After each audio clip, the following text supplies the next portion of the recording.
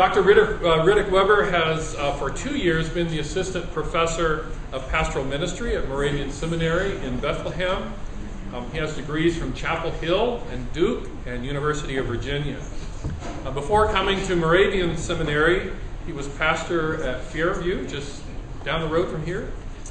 Dr. Weber is a fourth-generation Moravian minister. He's married to Julie, who heads the literacy initiative at the Y here in Winston.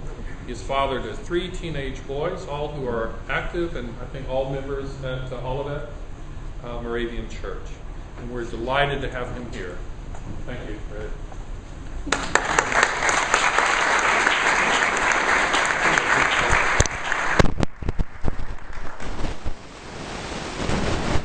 Thanks for calling me Riddick.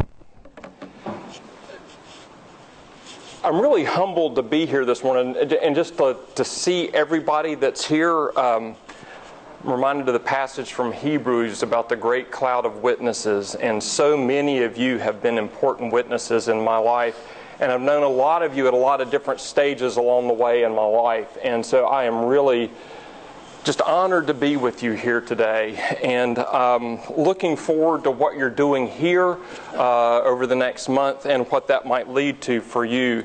I want to begin by just outlining a little bit of what I said I was going to talk about, because I think these things are really important, and so if I don't talk about them, I hope y'all will. And so what I said I was going to talk about was Pharaoh's dream in Genesis 41 as a way to look at what's going on in the world around us, at a way of looking at how God can be at work even in the midst of suffering and dislocation, at a way of looking at how God speaks to and through others, even those that we might consider to be our enemies. How God can place secular resources at the disposal of God's people, and how God calls us to serve others so that in the process God can save us. And I promise I'll get back to that last one at least. So those are the things that I said I was going to talk about. But I want to begin by saying thanks. Once again, thanks to all of you who've meant so much to me in my life. And thanks for the opportunity to be back with you here today in worship. I also want to say thanks on behalf of Moravian Theological Seminary. I know that a lot of you have supported the work of the seminary in many ways. And like I said, on behalf of the seminary, I want to say thanks for the work, especially in the last capital campaign. And one of the concerns we have at the seminary is a perception, or we want to not have the perception of just being in the South whenever it's time to have a capital campaign. So like I said, I want to say thank you for the support that y'all have given, for the opportunity to be here. One of the dreams that I have for my work at the seminary is to help increase the presence of the seminary in the South. And this is exactly one of the ways that I want to try to do that. And so if there are things that I say here today that you find helpful or controversial or whatever, I want to come back and talk more. So like I said, that's an important dream of mine, and I want to thank you for helping that dream come true. Another dream of mine at the seminary is to be able to increase the variety of educational opportunities that we have. So just this past Thursday, I was in the conference room over at Cedarhurst teaching a class on stewardship. And we had people using distance learning technology from New York and Bethlehem and here in Winston-Salem, and we had a class together. And so I hope that we can continue to do more things like that. And if that's something you're interested in, let me and the seminary know, because we want to know how to work with people. Craig Atwood, who many of you know, is also teaching a course this Jan term called Building Communities of Faith in a Virtual World. And that class will never meet. I'm assuming grades will be dispensed at the end and things like that, but that class will actually never meet. And so these are the kinds of things that we at the seminary are experimenting with and want to continue to be involved with. So those are some dreams that we're working on trying to help come true. It is the Epiphany season, and so it's a season for dreaming. And I want to back up just a little bit and get into the main sort of Epiphany story, which is the visitation of the wise men and the place that dreams play there. But I want to back up by looking a little further back into Matthew and talking about some important things that we often sort of overlook. This is the genealogy that Matthew offers us in Matthew chapter 1. And for those of you who remember older biblical translations, this is the begetting passages. I've got a more modern translation, but there are 5 important people that I want to point out in this genealogy of Jesus. And one of them is Tamar, who is a foreign woman who is mistaken as a prostitute and an important person in the lineage of Jesus. The next one I want to point out is Rahab, who is the woman who has a house on the wall in Jericho and is an important person in the lineage of Jesus. There is Ruth, also a foreigner, an important woman in the lineage of Jesus. There is the wife of Uriah the Hittite, also known as Bathsheba, who is an important woman in the lineage of Jesus. And then there's Mary. And it's interesting to note that in the midst of all this begetting, Joseph does not beget Jesus. Jesus is the father. Jesus is the husband of Mary, and that's his role. And I'll point out these 5 women. Normally when I do this, I talk about women in ministry and the importance of women in the Bible and stuff like that. But I really want to point these women out today because with the exception of Mary, all of these women are foreigners. And all of these women have important roles on boundaries or borders. And so there was so much you were saying in your sermon today that I just sort of wanted to raise my hand and go, y'all remember this because I'm going to pick it up when we get in Sunday school. Boundaries and borders are something that we really need to be paying attention to because that's often where places of important service occur. And all of these women are on boundaries and borders. I think one thing that might be interesting to ask is, in light of the big question you're addressing, what do these women bring to the party in terms of getting Jesus here? And it would be interesting to go back and look. Rahab offered hospitality to God's spies, the spies of the people who came in to look and see what the land of Canaan was like. She offered hospitality. Ruth offered loyalty and compassion. The wife of Uriah offered great beauty, but also some very important political savvy and wisdom in getting her son Solomon on the throne.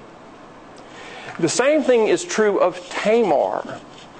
When she tried the right way of doing things, and God's people sort of said, nah, we're not going to do it that way, she resorted to some other clever means. She was a wise and clever woman. And Mary offered obedience. These are important things that these women brought to the party. And I think as we look at what you're going to be doing over the next couple of months, I think it's important to look at those who are on the borders around us, those who are on boundaries, and asking what are their dreams and what are they bringing to the party as you seek to see what your ministries with these people are going to be. As I said, I want to talk about sort of the classic Epiphany story for a moment. And so I want to read through this relatively quickly, and once again to note the importance that foreigners play in this. So, when Jesus was born in Bethlehem of Judea, in the days of King Herod, behold, Magi from the east arrived in Jerusalem. And I want to point out that some translations say after Jesus was born. And I think it's important to note that it's never too late. It's never too late. They missed Jesus being born, but a lot of interesting things were still going to happen. So after Jesus had been born, then the Magi come and we have this important story. So they come and they're saying, "Where is the newborn King of the Jews? We have seen his star at its rising and have come to do him homage." When King Herod heard this, he was greatly troubled, and all of Jerusalem with him. Assembling all the chief priests and the scribes of the people, he inquired of them where the Christ was to be born. As we're in an election year now, I think it's important to note that God often works in the midst of political turmoil. Now, as Moravians, we might find that a little unsettling, because we don't like turmoil in the first place, let alone political turmoil.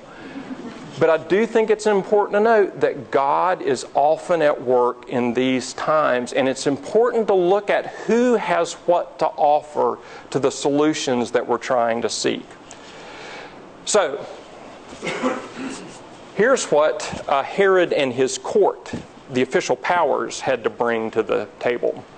"In Bethlehem of Judea, for it has been written through the prophets, and you, Bethlehem, land of Judah, are by no means least among the rulers of Judah, since from you shall come a ruler who is to shepherd my people Israel." Then Herod called the Magi secretly and ascertained from them the time of the star's appearance. He sent them to Bethlehem and said, "Go and search diligently for the child. When you have found him, bring me word so that I too may go and do him homage." Go and search diligently for the child. There are many who are searching. And I think part of our job is to help them find. But go and search diligently. After their audience with the king, they set out. And behold, the star that they had seen at its rising preceded them. I think another thing that's important to note here is they were using the best science of their day. I think as we look at dreams that people have, as we look at the solutions that we're trying to reach, as mainline denominations, as congregations, as a nation, as people involved in a global society, what does science have to say about anything? We should pay attention to it, because that's what they were doing. They had used the science of their day in their search for Jesus. They were overjoyed at seeing the star, and on entering the house they saw the child with Mary his mother. They prostrated themselves and did him homage. Then they opened their treasures and offered him gifts of gold, frankincense, and myrrh. And having been warned in a dream not to return to Herod, they departed for their country by another way. I think there are a couple things in this verse that I'd like to point out. They have a dream. They're not God's people. They're the foreigners from the east. And for readers, that might conjure up notions of the Assyrians or the Babylonians or, all these people from the bad parts of Jewish history. But that's where they're from, and God's speaking to them in a dream. And by the way, if they don't pay attention to their dream, if they go back and tell Herod what they know, Jesus may not make it out. So they have to pay attention to the dream that they've been given by God, and they departed for their country by another way. I thought back to what you said as you were closing about where home church is headed and how things are going to be and how they may not be exactly the way they were. I do believe God has a home for home church. But you may have to get there in a different way than how you got here. So pay attention to the dreams that are going on around you. Okay. In the interest of time, I'm sort of going to skip through that. And I want to talk now about the importance of dreams. We skipped over the part where Joseph has dreams earlier in Matthew, but it's important to note, once again, that it's the Magi who have dreams here that God gives them that are very important. Okay. I want to talk about dreams for a minute. We often use it as a noun. It's a succession of images, thoughts, or emotions passing through the mind during sleep. There are lots of additional definitions for this. We also can use dream as a verb. And this is the way I think dreams often get used, sort of especially if you're not going with the I have a dream sort of take on it. This is the take we most normally have, which is it's to indulge in daydreams. That's what dreamers are. They're sort of impractical folks who just sort of lie around being indulgent. To conceive or think of something in a remote way, it's a dream, or I wouldn't dream of that. Once again, the idea of dream is dealing with fancy, supposing, to waste or spend time. But I want to offer a different definition of a dream. Dreams can be God-given warnings or plans. Dreams are often given to leading and visionary members of communities.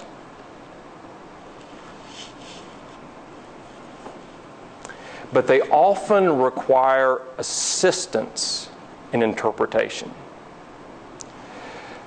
Part of the reason I point that out is to say, if you have a dream for yourself, for home church, for ministry in the community, share it. Because think about it, how often do our dreams make sense to us? Right? We wake up and we say, oh boy, I had this weird dream, and we're sitting there trying to piece it together. But when we share dreams with other people, often it begins to make sense to us in a different way. And this is certainly true in biblical stories that deal with dreams. They require assistance in interpretation. And here's why your dreams are important. Because your dreams, the God-given dreams that we have, result in the good of others. And often for the safety of the weakest members. Once again, if we think back to the story of the Magi's dream, it's for Jesus, the weakest person in the story. Dreams often result in reconciliation and for the benefit of supposed enemies. And once again, if you think about who the dream's given to in the story of the Magi, it's these people from the East who were former enemies of God's people. And we'll see that more when we get to the dreams in Genesis 41. And finally, dreams are long-term issues. If you have a dream and you share that dream with people and you work on that dream with people, it may take a long time for the dream to come to fruition. So hang in there and keep working on it.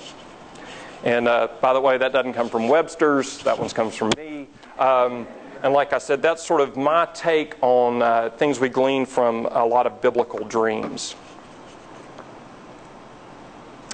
Now, back to what I said I was going to talk about. I want to look specifically at the dreams of Pharaoh in chapter 41 of Genesis. So most of y'all know this story pretty well. After 2 whole years, once again, notice the word after. And by the way, this is after Joseph has interpreted the dreams of the other servants in the prison. And the one of them says, yeah, when I get out, I'll put in a good word with you with Pharaoh for you. So after 2 years of forgetting that, then Pharaoh has a dream. And here was his dream. And we'll get to that in a minute. In the morning, his spirit was troubled, so he sent and called for all the magicians of Egypt and all the wise men. Pharaoh told them his dreams, but there was no one who could interpret the dreams for Pharaoh. The world may not be able to interpret their own dreams. And they may need the work of the church to help those things happen for everybody's good. So the chief cupbearer, remember, after 2 years of forgetting what Joseph has done for him, said to Pharaoh, I remember my faults today. And so I won't recount all that, but he tells him about Joseph. So Pharaoh sent for Joseph, and he hurriedly brought him out of the dungeon. When he had shaved himself and changed his clothes, he came before Pharaoh. And Pharaoh said to Joseph, I have had a dream, and there's no one who can interpret it. But I've heard it said of you that when you hear a dream, you can interpret it. And here's what's central to this for me. It's not I, God will give Pharaoh a favorable answer. And at the center of all we're talking about, if God's not at the center of what we hope to do and what we hope to be, all the rest doesn't matter. And Joseph calls our attention to this. Yeah, I can do this, but it's God who's at work behind it all. God can interpret the dream and give a favorable answer. So Pharaoh says, in my dream I was standing by the banks of the Nile. 7 cows, fat and sleek, came up out of the Nile and fed in the reed grass. So his dream looked something like this.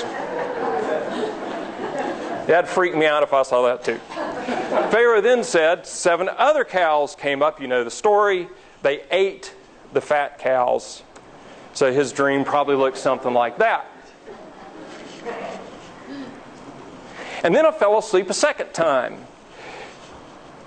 Sometimes we have dreams that just keep on coming to us. There's probably a reason for that. So a second dream's like it. 7 ears of grain, full and good, looked something like that. Then, you know, the rest of the story, 7 bad ones, probably looked something like that. So then Joseph says, Pharaoh's dreams are one and the same. God has revealed to Pharaoh what he's about to do. And once again, remember, if you're a Jewish reader of the book of Genesis, one of the worst people in the Old Testament is Pharaoh. And that's who God gives the dream to. God has revealed to Pharaoh what he's about to do. He says the 7 good cows are 7 years, the 7 good ears are good years, the dreams are one. And then he interprets it. There are going to be 7 good years, then 7 bad years. Now, look at what Joseph then does. He says, let me help you with your dream. Let Pharaoh select a man who is discerning and wise and set him over the land of Egypt. Let Pharaoh appoint overseers over the land and take 1/5 of the produce of the land of Egypt during the 7 plenteous years. Once again, you know the rest of the story. God's given Pharaoh the interpretation now, and here's God's plan for how to divert the disaster that's coming. And Joseph tells him that. The proposal pleased Pharaoh and all his servants, and Pharaoh said to his servants, can we find anyone like this? One in whom there is the Spirit of God. So then Pharaoh says to Joseph, since God's shown you all this, you're to be over my house. And he puts him second in command over all the land of Egypt. Now, what happens because of this? Well, I want to get to one more thing before I ask that question. So, at the very end of the story, we see that Pharaoh gave Joseph a name of Zaphaneah. And he gave him Asenath, the daughter of Potiphar, a priest of On, as his wife. And I think it's really important to note here that Joseph, this person who's given the interpretation of dreams by God, is given an Egyptian name, marries an Egyptian woman, and they have kids that they give Egyptian names to. And I thought about that when you were telling your story of going to the waters. There's much that is good in those around us. There's much that is redeemable. There's much that we can work with to say, okay, the Cherokee understanding of it was going to the waters, and the Christian understanding of it is remembering our baptism. And here's how we can bring these two things together. I think that may be an important way for the church to deal with the culture that's around us. Rather than looking to condemn, right? Just what is good around us and what's the Christian take on that? And so how can we work together this way? Joseph's timeline. If you wanted to go with the whole Joseph story, you really have to go back to Genesis 29, where Joseph is born. He is Rachel's first and Jacob's 12th child. There have been 10 sons already born and 1 daughter, but they are from the unloved wife and 2 concubines. Once again, if we want to talk about family values, Genesis is a great place to look. And I love Joseph's name because it's as soon as he's born, it's like mom's not satisfied. May God grant me another son. You know, what a way to come into life. You're the 12th child and mom says, yeah, I'd like another now. Boy, talk about not feeling appreciated. But this is the kind of people that God works through. Okay. We sort of skip over things until Genesis 37, where Joseph goes to the field, and he's age 17. And so his older brothers, if you try to figure out, exactly the relationship between Jacob and his wives, the older brother's at least 29, and probably more like 40, so he's just sort of the shrimpy little kid who gets sent out into the field now. And that's when these dreams are going on, the first set of dreams that Joseph has. It's interesting, I think, to compare main characters in Genesis. If you look at Abram gets about 11 chapters. Isaac gets short shrift. He's only got 3. Our oldest son is named Isaac, and if you go back and look at Isaac among the patriarchs, Isaac is a fascinating character. And I would sort of argue that he's the Hebrew everyman. So if you feel like, okay, I haven't been called on a great journey like Abraham was, I'm not this sort of moral character that's had to do the big turnaround like Jacob did, go back and look at Isaac. He's sort of the everyman, and God says, I'm the God of Abraham, and Isaac and Jacob. Okay. Isaac's the only one that never gets his name changed, by the way. And so you see, there's lots of stories dealing with Jacob in Israel, but Joseph gets 13 chapters at the end. So once more, back to Joseph's timeline. Joseph gets sold into slavery. He gets bought, so there's time to travel to Egypt. He gets employed or used by Potiphar. He's seen as special. He's raised to power. He has to endure the incident with Madam Potiphar. He's thrown into prison.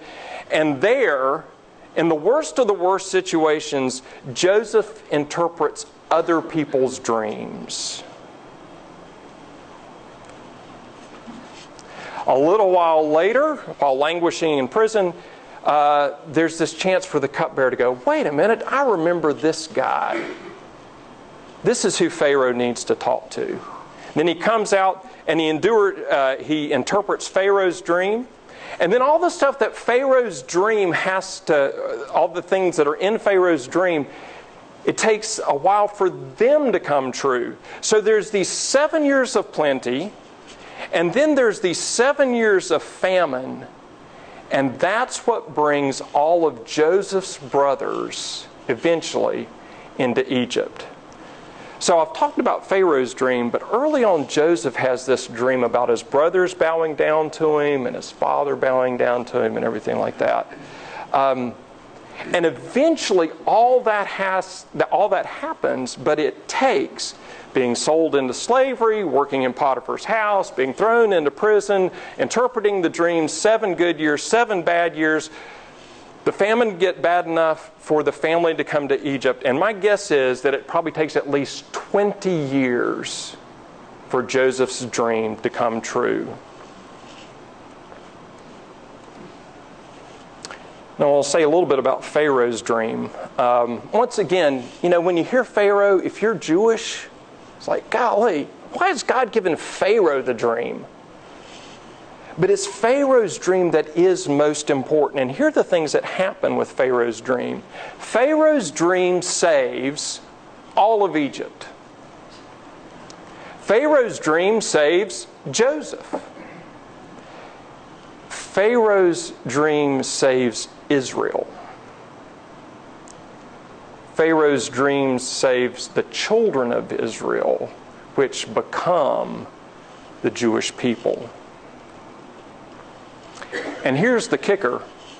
If Joseph doesn't help Pharaoh's dream come true about how to save all these people, Joseph's dream about his brothers bowing down to him and his father bowing down to him, if Joseph doesn't help Pharaoh's dream come true, Joseph's dream never comes true. If Joseph doesn't help Pharaoh's dream, and once again, this is a God-given dream that's like to the person you would least imagine it, his dream doesn't come true. So I say that as biblical ways of looking at what's going on around us. What are the dreams and concerns that we are hearing around us? We've got to pay attention to those. We've got to pay attention to solutions that may be coming from other places. We've got to pay attention to resources that are coming to us from other places. Once again, the children of Israel are saved by Egyptian wheat.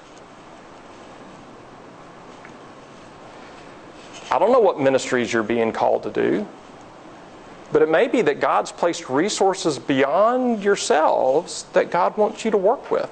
How might that happen?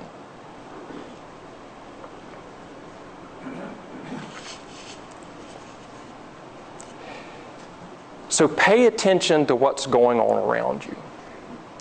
And once again, as we mildly begin to come out of the economic situation we've been in, maybe mildly coming out of it, as we enter into an election year, there's several things that I hear people talking about. Job creation. How do people work with dignity and be able to provide for families? I hear concerns about immigration. What about those people on our borders? What about those people in our own city that we're not exactly sure how to deal with? I hear concerns about health care. I hear concerns about education. And for me, those are challenges that we face, but we, as Moravians, have resources to deal with them. We have a theology that at one time was probably the most radical theology being floated around that met with any degree of success. The theology of the 18th century Moravian Church was creative. What would it mean to say that we have a creative theology today as we look at dealing with the issues that we're facing? I'm going to hit snooze because that means I've got 5 minutes to wrap it up and turn it over to Donna. Okay. So, what would it be like to approach theology creatively and biblically? And I think that's one of the really important things if we look at the 18th century Moravian Church. Boy, there was some pretty crazy stuff, wild stuff being floated about, but there was solid biblical basis for it. It was also affective. It spoke to the heart. And I think that's something that we need to continue to hold on to. There are many people, the word wounded was used in the sermon today too. There are lots of wounded people around us. We need to speak to their hearts. And Moravian theology was liberating. It liberated people from maybe intellectual structures that they had found shackling before.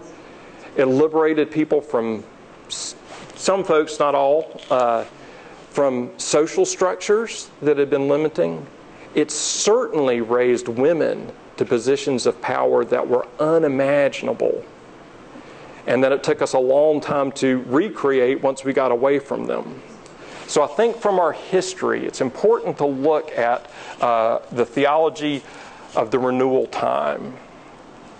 As I mentioned, it offered women positions of authority and celebrated that. And once again, I think as Moravians, we have to continue to uphold that because we are still in the minority. If we look at Christians in North Carolina, predominantly Southern Baptists.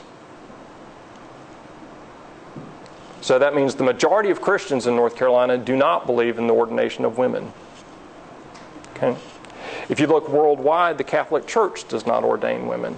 So it's easy for us to take it for granted. Yeah, we've been ordaining women. Well, we are still in the minority, and there are times we still have to fight for that.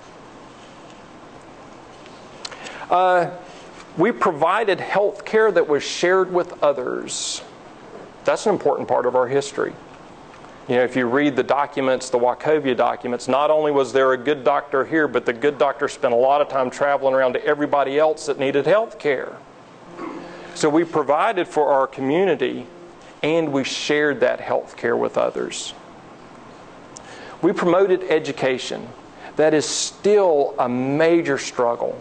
I was watching Fareed Zakaria last night. I don't know if anybody else saw him on CNN, talking about the struggles that the American educational system faces, and we've got to pay more attention to that. That's something that we have in our past, and it's not just it's a good idea to educate people, but we had theological reasons for doing that. This, to me, is one of the most important things. Moravians created an alternative social structure. I think it's easy to look at the world going on around us and go, okay, this is the way things are. Moravians in the past have said, okay, well, what do we want them to be? What do we want them to be that can be different? And what resources are we willing to put behind that? Because of the alternative social structures in Moravian communities, there was no homelessness. There was no joblessness. There was economic viability for singles. You were pointing out the fact that the 1950s through the 1970s were halcyon days. I think one of the things that was interesting sort of maybe from the 70s through the 90s is single people could afford to live as economically viable entities. That day may be over. And as I taught to single students at Moravian Theological Seminary and look at the financial pressures of what it takes to live as a single person, as a church, we may need to be looking at how do we help people who are unmarried live?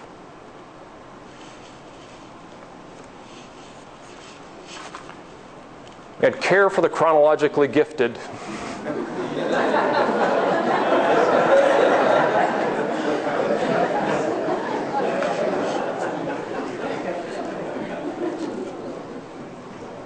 I'm now down to 2 minutes before I turn it over to Donna for her announcement. This is something we have to take seriously. Baby boomers are entering retirement age. That's no secret. As Americans, we are going to have to continue to wrestle with the fact that people live longer, they continue to lead productive lives, and that is great and wonderful, and people need jobs when they come out of college.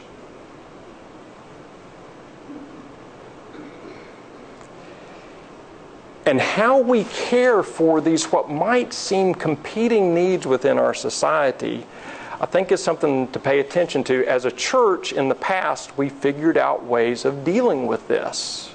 I don't have the answers to it now, but I think if we will share our dreams and talk together, we may come up with some creative solutions.